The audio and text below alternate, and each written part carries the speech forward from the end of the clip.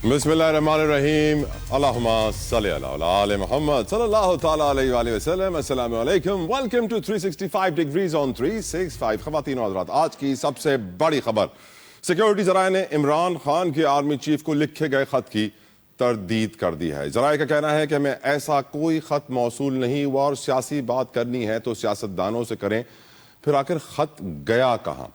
दूसरी जानिब बैरिस्टर गौहर का कहना था कि खत बतौर मुल्क की सबसे बड़ी जमात और साबिक वजीर आजम की हैसियत से लिखा गया है, अगर जवाब आता है तो वेलकम करेंगे। वहीं हुकूमती अरकान भी चुप ना बैठे। राना सनाउल्लाह का कहना था कि इमरान खान के आर्मी चीफ के नाम खत का मकसद फौज और अवाम के दरमियान फर्क डालना है, फासले बढ़ाना है। दूसरी जानिब इस्लामाबाद हाई कोर्ट के चीफ जस्टिस आमिर फारूक ने ऑफिस ऑर्डर जारी करते हुए सीनियर जज मोहसिन अख्तर कियानी को एटीसी और एहतसाब अदालत के इंतजामी उमूर जज के ओहदे से हटा दिया है। लाहौर हाई कोर्ट से आए जज सरफराज डोगर को उनकी जगह मुकर्रर किया गया। मतलब जस्टिस कियानी के साथ अनकरीब मंसूर अली शाह वाली कहानी होने जा रही है, क्योंकि जिस तरह हमने देखा कि मंसूर अली शाह साहब को बाईपास करके दूसरे जज को चीफ जस्टिस बनाया गया नए कवानीन के तहत, उसी तरीके से उन कवानीन का उसकी ताकत का इस्तेमाल करते हुए इस्लामाबाद हाई कोर्ट में भी चीफ जस्टिस का ओहदा मोहसिन अख्तर कियानी के हाथ से निकल चुका है। आज भी सुप्रीम कोर्ट के आईनी बेंच में सिविलियंस के मिलिट्री कोर्ट ट्रायल से मुतालिक समाअत हुई है। जजेस ने ट्रायल से मुतालिक अहम सवालात उठाए। जस्टिस अमीनुद्दीन खान बोले, कानून को उसके गलत इस्तेमाल पर कलअदम करार नहीं दिया जा सकता। अगर एक जुर्म फौजी करे और वही जुर्म आम आदमी करे तो ट्रायल अलग जगह कैसे मुमकिन है। मोहम्मद अली मजहर ने कहा, आर्मी एक्ट का इतलाक उस वक्त होता है जब सिविलियन असलहे से लेस जवान को उकसाए, आर्म्ड ऑफिसर को उकसाने की कोशिश करे। जमाल मंदोखेल ने कहा कि क्या दहशत गर्दी जैसे संगीन जुर्म पर भी किसी का फौजी अदालत में ट्रायल हो सकता है। केस की समाअत अगले पीर तक मुलतवी हो गई है। बहुत इंपॉर्टेंट केस है, आज इस पर भी हम गुफ्तगू करेंगे। बात करें अगर हम पैका एक्ट की, तो पैका एक्ट कानून की तो शक्ल इख्तियार कर चुका है, उस पर अमल दरामद भी शुरू हो गया है। फेक न्यूज फैलाने के इल्जाम में 2 मुकदमा दर्ज हो चुके हैं और एक मुलजिम को आज गिरफ्तार भी किया जा चुका है। तो वहीं दूसरी जानिब इस एक्ट को सुप्रीम कोर्ट में भी एक शहरी की जानिब से चैलेंज किया गया है और कहा गया है कि फुल कोर्ट बनाया जाए इस केस को सुनने के लिए। बहुत सारे माहिरीन कहते हैं कि फुल कोर्ट की ख्वाहिश करने वाले भी बहुत जल्दी ख्वाहिश छोड़ देंगे, क्योंकि फिर नए जजेस आने वाले हैं सुप्रीम कोर्ट में।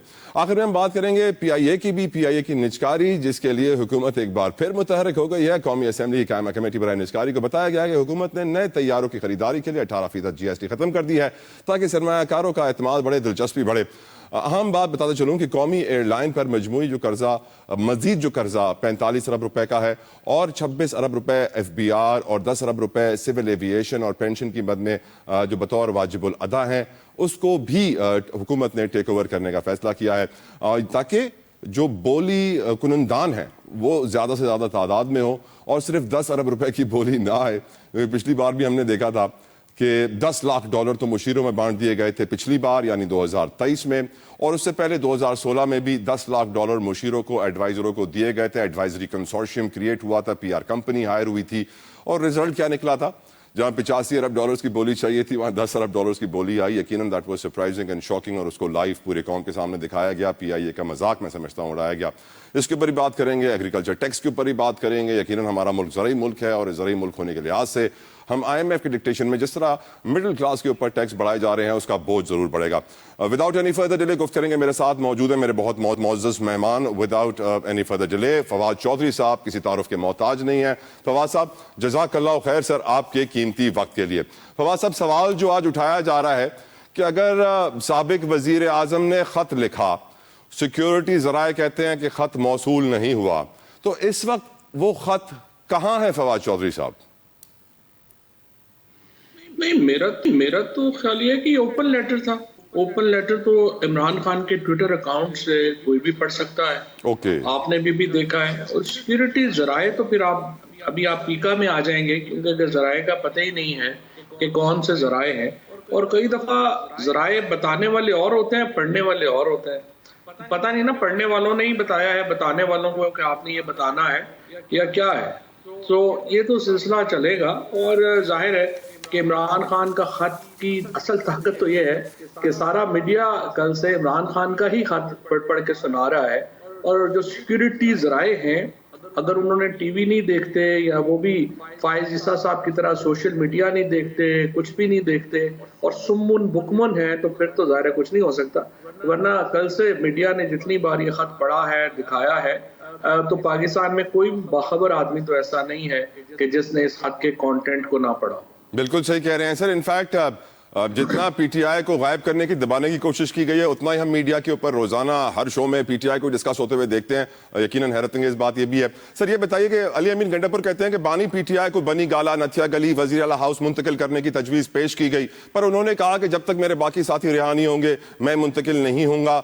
बहुत सारे डील्स की बातें आती हैं और फिर मालूम पड़ता है कि डील नहीं है। हुकूमत कहती है कोई डील नहीं हो रही है, बैकडोर डिप्लोमेसी नहीं है।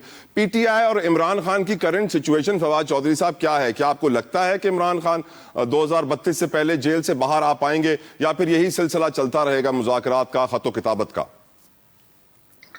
देखिए, बात यह है कि मेरी अभी खान साहब से चूंकि 4-5-6 मुलाकातें हुई हैं जी सर, और मैंने जो एनालिसिस जो मेरा है वो तो ये है कि देखिए, इमरान खान एस्टैब्लिशमेंट के लिए आउट ऑफ सिलेबस आ गए हैं। वो कोई ना तो डील करेंगे, ना ही अपने किसी बात से पीछे हटेंगे। अवामी ताकत जितनी इस वक्त इमरान खान के साथ है, पाकिस्तान में कायद-ए-आज़म मोहम्मद अली जिन्नाह के बाद इतना बड़ा कंसेंसस तो शायद ही किसी लीडर के ऊपर हुआ हो जो इस वक्त इमरान खान पे है। अब हुकूमत का जो मसला है वो ये है कि वो पूरा 3 साल एस्टैब्लिशमेंट ने, हुकूमत ने जोर लगा लिया, इमरान खान माइनस नहीं हो रहे। पाकिस्तान इमरान खान के बगैर, एक लफ्ज़ वो कहते हैं जेल से, सारा मीडिया, सोशल मीडिया उसके इर्द गिर्द जो है वो चलता है, सारा पॉलिटिकल नैरेटिव इमरान खान के इर्द गिर्द घूमता है।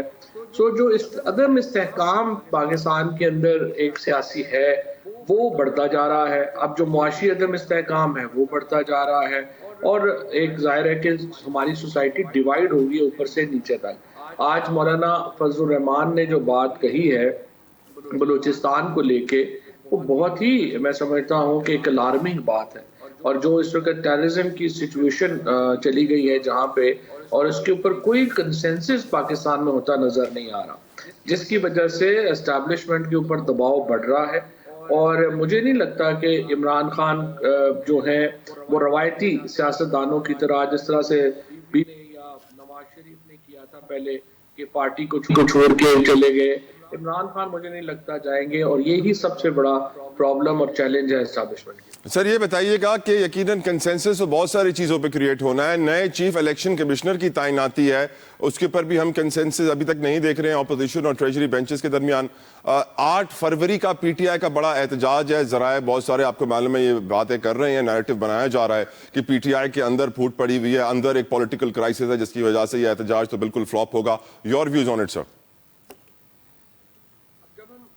कर रहे हैं तो असद कैसर साहब ने आज सारी जो अपोजिशन पार्टीज हैं उनको अपने घर बुलाया है एक इनफॉर्मल खाने के लिए, और वहां पे जो चीफ इलेक्शन कमिश्नर का मामला है और मेंबर सिंध का और मेंबर बलूचिस्तान का वो डिस्कस होगा। और अब अपोजिशन एक मुश्तरका जो कैंडिडेट्स हैं वो इस ज़िमन में हुकूमत को भेजेगी। अब देखते हैं कि पीपल्स पार्टी इसमें क्या रोल अदा करती है। अब तक तो ज़ाहिर है पीपल्स पार्टी का रोल इंतहाई नॉन डेमोक्रेटिक रहा है और उन्होंने मिलिट्री कोर्ट से लेके हर वो काम किया है जो जमहूरियत के खिलाफ है, आइन के खिलाफ है। पीका एक्ट के ऊपर उन्होंने वोट दिया। तमाम ही गैर जमहूरियत कंडों में पीपल्स पार्टी मुकम्मल शरीक रही है। देखते हैं कि इस इलेक्शन कमीशन के मुद्दे के ऊपर पीपल्स पार्टी दोबारा नून लीग के साथ जाती है या कि वो कुछ अपनी इंडिपेंडेंस दिखा पाएगी। उसके ऊपर काफी डिपेंड करता है इलेक्शन कमीशन का जो मामला है वो आगे कैसे जाता है। जहां तक पीटीआई के अंदर इख्तलाफात की बात है तो देखिए सीधी बात है, पीटीआई का काडर तो एस्टैब्लिशमेंट ने खत्म कर दिया, जिसकी वजह से अब पीटीआई तो उस तरह से पार्टी की एग्जिस्टेंस उस तरह इम्पोर्टेंट नहीं है। अब तो इमरान खान है और अवाम है, और इमरान खान जो बात कहते हैं लोग उसको सुनते हैं। अब इमरान खान ने 8 फरवरी की कॉल दी है, इसमें धड़े लोग ये वो इर्रेलेवेंट है। सो जो इमरान खान ने बात कही है लोग उसको सुनेंगे, और जाहिर है पीटीआई से बड़ी जो इस वक्त रेजिस्टेंस की पावर है वो तो किसी के पास नहीं।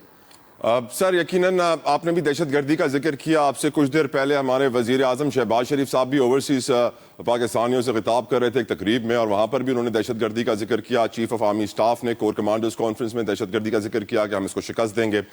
फवाद साहब, 25 सालों से हम सुन रहे हैं कि हम दहशतगर्दी को शिकस्त देंगे और हमारी कुर्बानियों का सिलसिला भी जारी है। हर पाकिस्तानी ये दुआ करता है कि वो दिन जल्दी आए जब हमारी कौम से खिताब करते हुए कहेंगे हमने दहशतगर्दों को शिकस्त दे दी है, अब मुल्क में कभी दहशतगर्दी वापस लौट के नहीं आएगी। लेकिन वो दिन नहीं आता है। हम at the same time Fawad साहब ये भी देख रहे हैं कि प्रेसिडेंट ऑफ पाकिस्तान अपने chief minister Sindh, chief minister Balochistan, home minister के साथ, बड़े अपने पूरी काबीना के साथ इस वक्त चीन गए हुए हैं। चीन का सबसे बड़ा मसला दहशतगर्दी है। सीपैक के अंदर सबसे बड़ी रुकावट दहशतगर्दी है। डू यू थिंक सर ये चैलेंज हम अबूर कर पाएंगे आने वाले 2, 4, 5, 10 सालों में?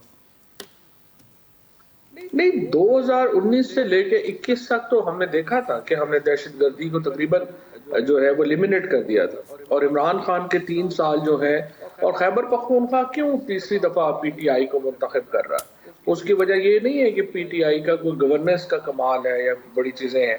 उसकी असल वजह यह है कि PTI brings peace to KP और दहशतगर्दी खत्म हुई है। तो ये इमरान खान का बहुत बड़ा क्रेडिट है आई थिंक कि उन्होंने अपने दौर में दहशतगर्दी को खत्म किया। अब जो मौजूदा हालात हैं, देखें, good wishes are not enough, actions नहीं है।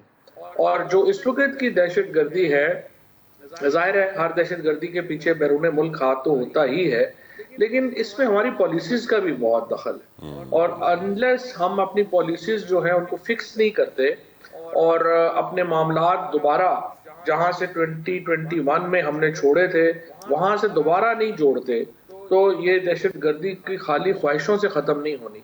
इसके लिए जिन पॉलिसीज की जरूरत है वो चाहिए, और जाहिर है कि इस वक्त वो मौजूद नहीं है, और ना ही हमें कोई प्राइम मिनिस्टर में, गवर्नमेंट में तो खैर ये कैपेबिलिटी नजर भी नहीं आती कि वो किसी किस्म। अब आप देखिए ना कि फॉर एग्जांपल खैबर पख्तूनख्वा में ऑल पार्टीज कॉन्फ्रेंस हुई है, उसको वज़ीर आज़म को हेड करना चाहिए था, लेकिन हमने देखा कि उसको आर्मी चीफ हेड कर रहे हैं। इस तरह तो पॉलिटिकल कंसेंसस नहीं हो सकता।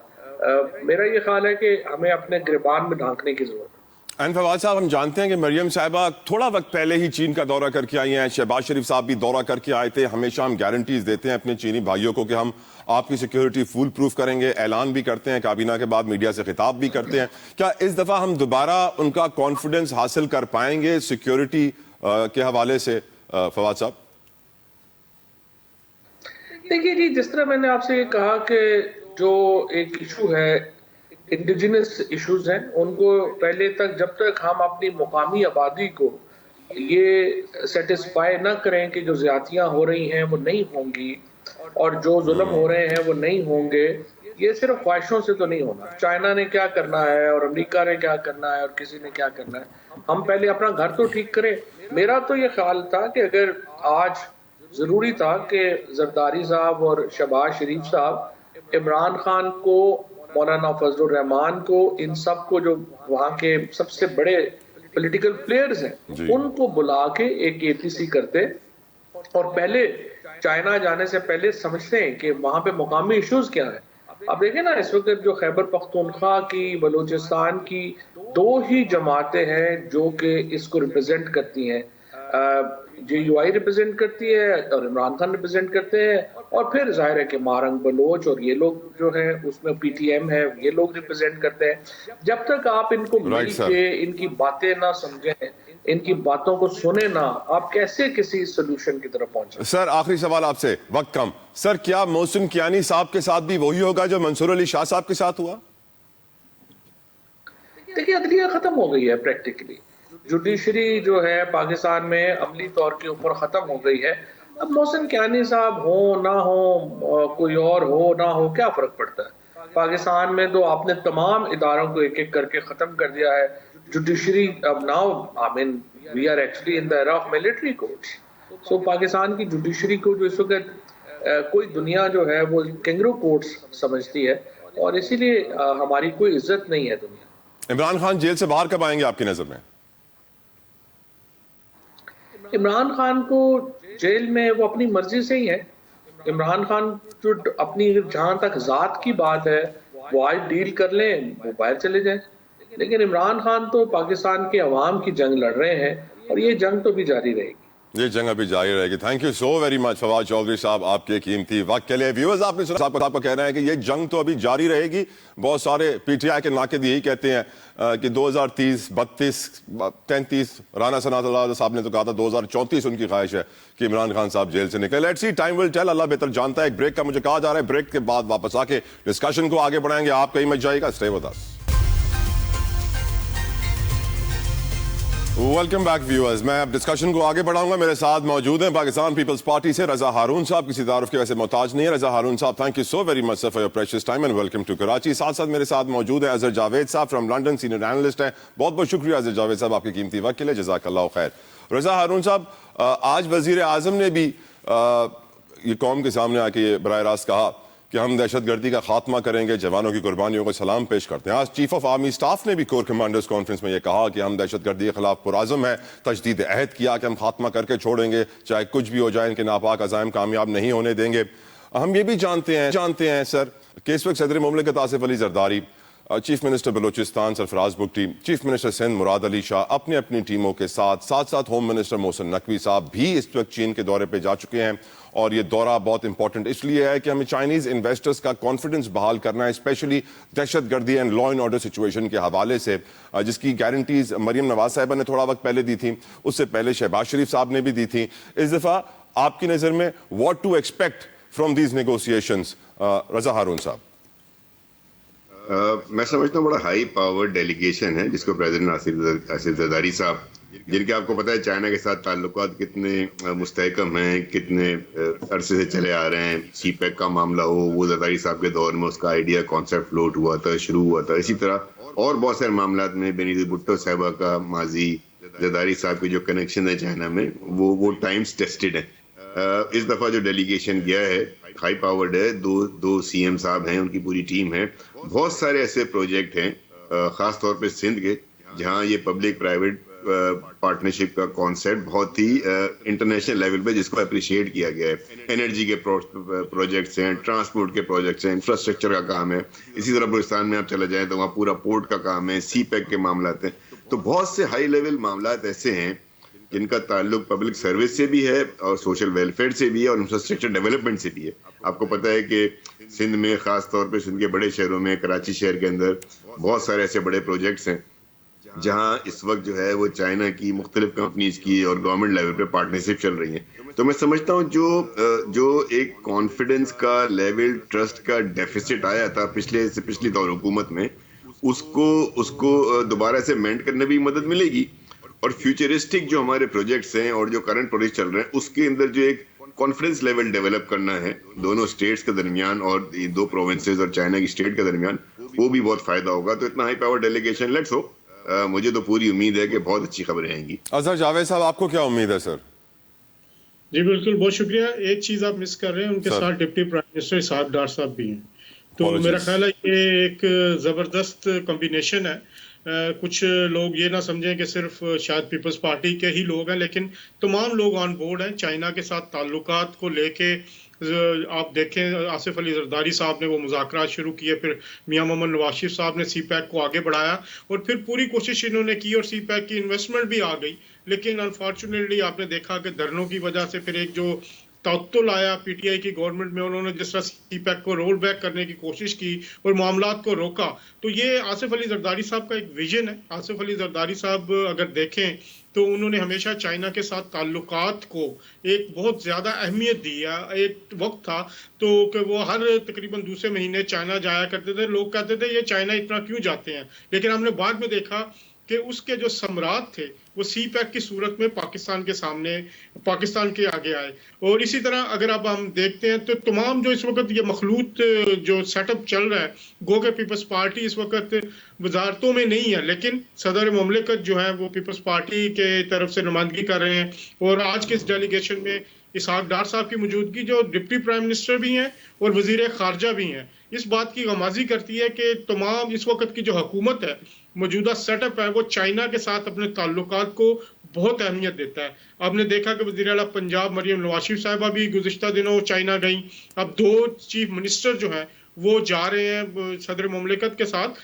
तो मेरे ये चाइना इस वक्त जो आलमी तनाज़र में भी देखें तो चाइना और अमेरिका की भी एक वॉर शुरू हो गई है टैरिफ के मामले पे। तो इस वक्त ये बेस्ट टाइम है कि आप इंटरनेशनल लेवल पे चाइना जैसे बड़े प्लेयर के साथ निगोशिएट करके वहां से अपनी जो प्रोडक्ट्स हैं उनको बेचने और बाहमी तजारत के लिए पर अजहर साहब is it a matter of negotiations या फिर एतमाद हमें वापस जीतना है, ट्रस्ट डेफिसिट खत्म करना है? क्योंकि हमें याद है शहबाज शरीफ साहब गारंटीज देकर आए थे कि आपकी सिक्योरिटी फुल प्रूफ बनाएंगे और फिर कराची का इंसिडेंट हो गया एयरपोर्ट के पास, तो वो ट्रस्ट डेफिसिट कैसे बहाल होगा सर?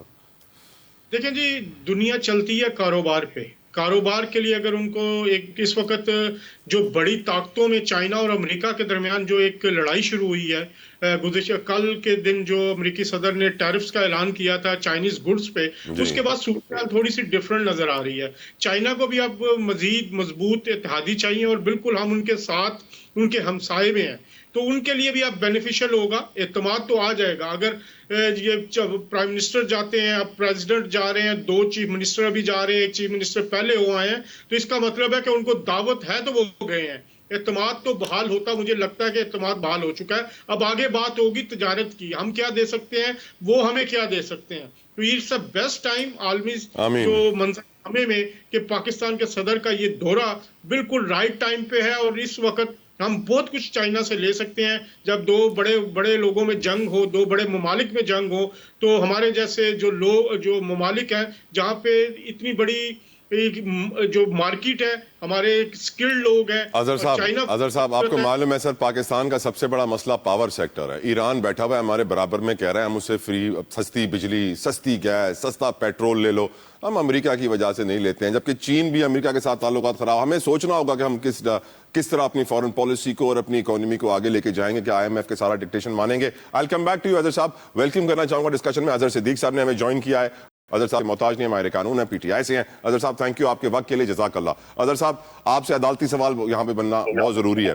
सर आपके लीडर ने गुज़िश्ता रोज एक खत लिखा जो फवाद चौधरी ने मेरे शो में अभी कहा कि वो ओपन लेटर था, ट्विटर से कोई भी पढ़ सकता था, जबकि सिक्योरिटी जराए ये कह रहे हैं कि कोई खत नहीं मिला।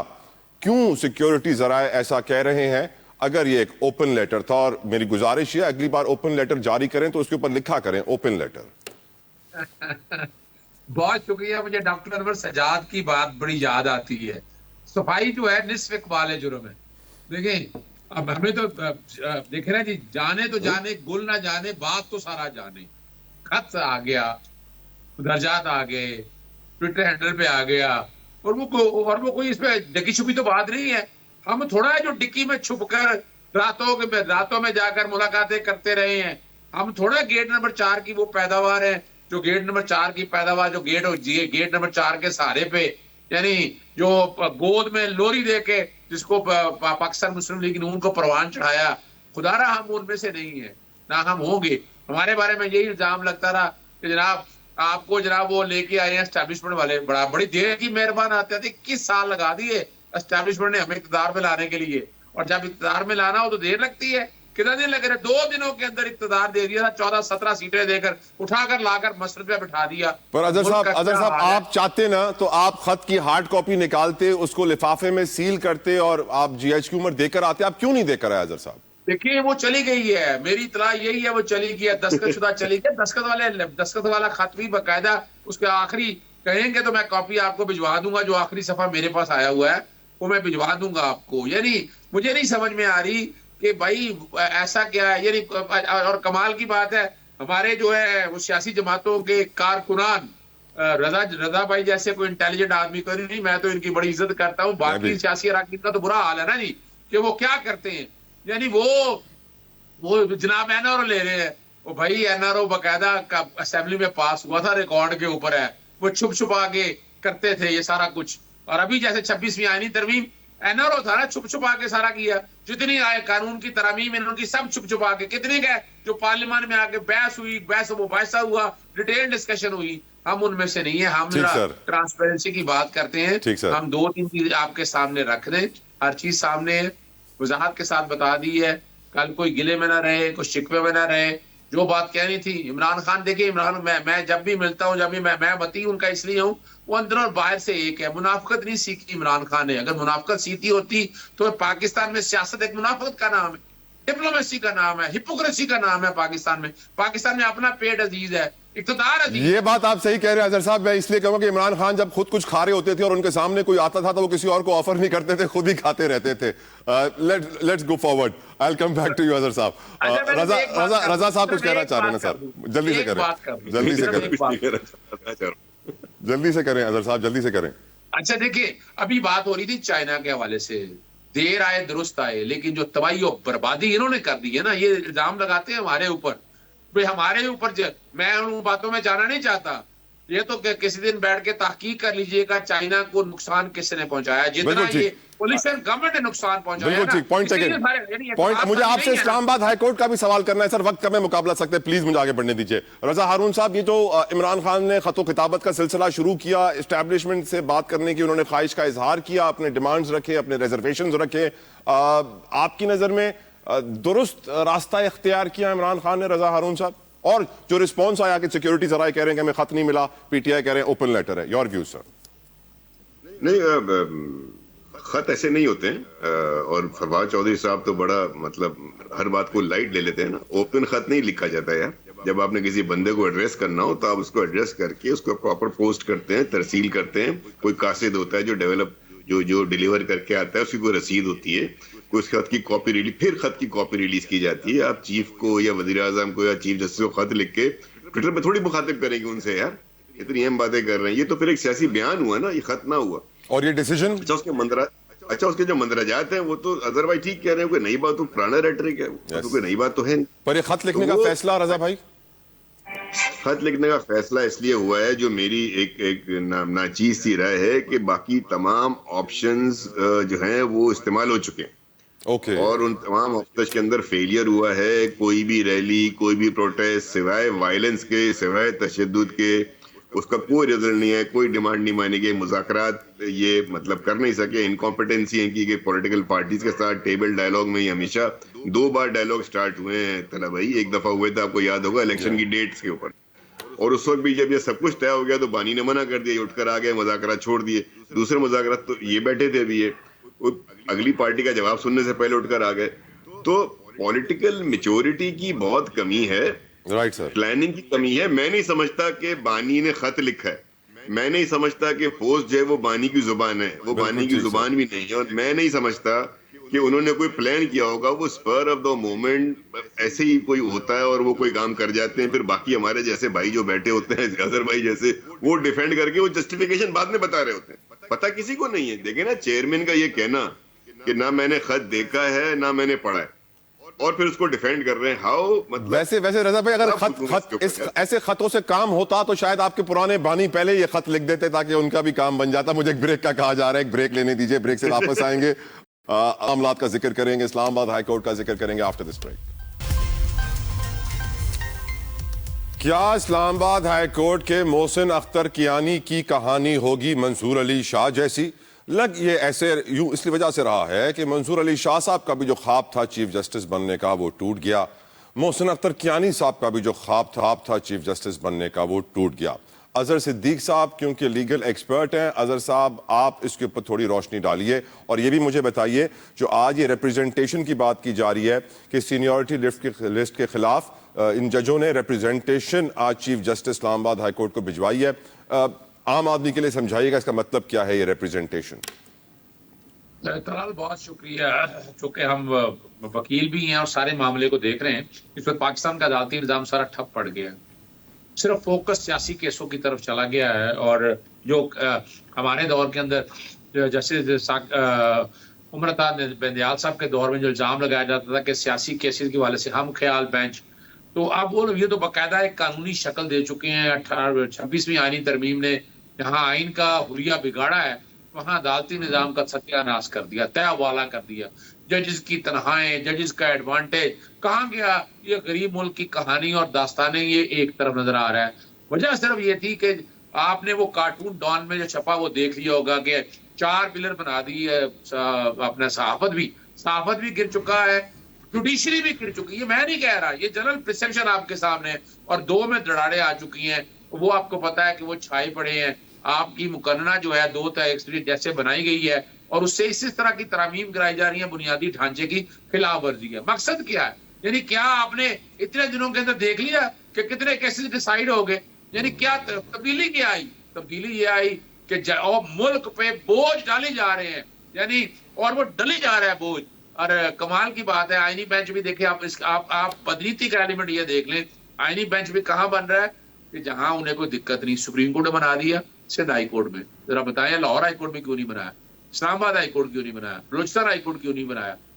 वो एक ड्रामा हो रहा है। जनाब पहले असेंबली करारदाद पास करेगी, भाई इन्हें जगह पे तो असेंबली आपकी है, आपको असेंबली है क्या? यानी वजह सिर्फ यही थी जी सर, जान के एक चीज निकाला गया। और इसमें चले आज मैं नाम बता देता हूँ, जस्टिस फकीर मोहम्मद खोखर साहब इसाइनी, और नाम बड़े हैं, और हमारे पुराने दोस्त भी सुनने में आ रहा है, फारूक नसीम साहब का भी इसमें इसाइनी तरमीम के अंदर को हाल है, पता नहीं अल्लाह बेहतर जाने है कि नहीं है, वो हारून भाई रजा भाई बता सकेंगे। लेकिन जो खत लिखा है वो बिल्कुल ठीक लिखा है उन्होंने, बिल्कुल ठीक, बिल्कुल ठीक। हाईकोर्ट के जजेस है, उनकी सीनियरिटी है, उन्होंने इतने अरसे से काम कर रहे हैं, तो उनका राइट तो है ना कि। और ये रिप्रेजेंटेशन का मतलब क्या होता है सर?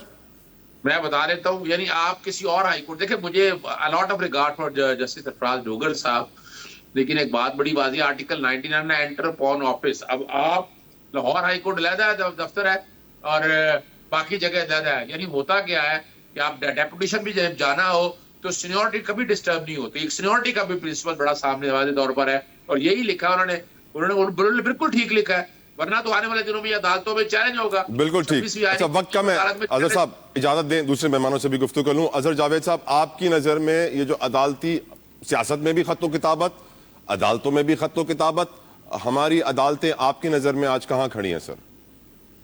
जी मैं एक बात कहूंगा, जो ये खतों का खेल है ना, ये अब इसको खत्म होना चाहिए। एक ऐसा शख्स जो से करप्शन के मुकदमे में 14 साल सजा हो चुकी है, जो करप्ट साबित हो चुका है, वो आर्मी चीफ को खत लिख रहा है। कोई किसी महजब मुआशरे में इस तरह होता है, और ये आगे से आर्मी चीफ जो है उसको मानने से इनकारी, इसका मतलब है वो नहीं सुनना चाहते।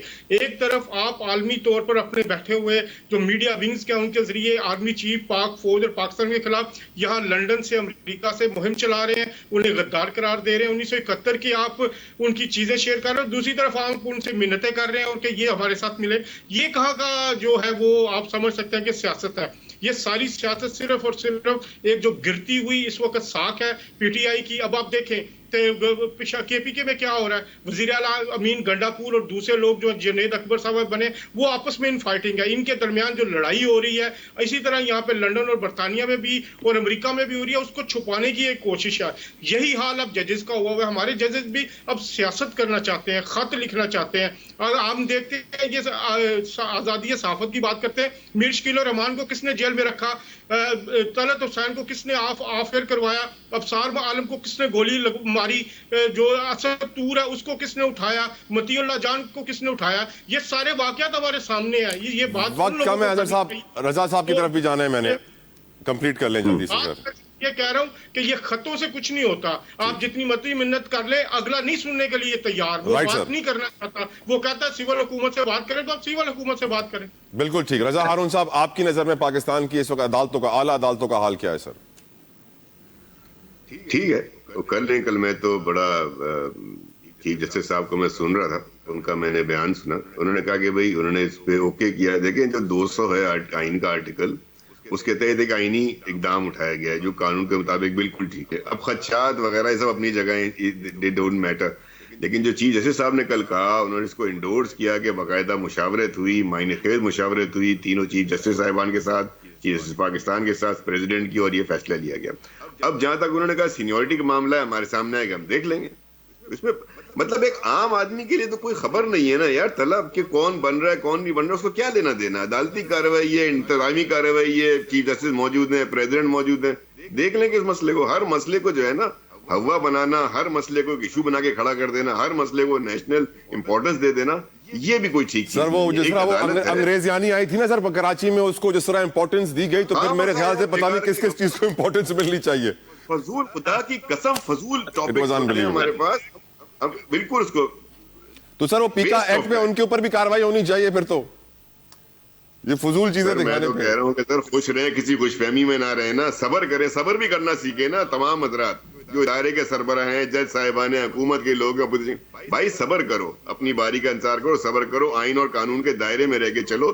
जो काम आइन और कानून के दायरे में रहकर हो रहा है, आप उसको चैलेंज नहीं कर सकते। बिल्कुल ठीक है, अल्लाह ताला ने भी फरमाया वतवासौ बिल हक़्क़ि वतवासौ बिस सब्र। थैंक यू रजा हारून साहब, थैंक यू अजहर सिद्दीक साहब, थैंक यू अजहर जावेद साहब। आपके कीमती व्यूज प्रोग्राम का वक्त तमाम होता है। अपना फीडबैक सोशल मीडिया पर जरूर दीजिएगा, अपने सवाल छोड़िएगा, हम उनका जवाब भी देंगे। अपना ख्याल रखिएगा। I will see you tomorrow, until then Allah Hafiz.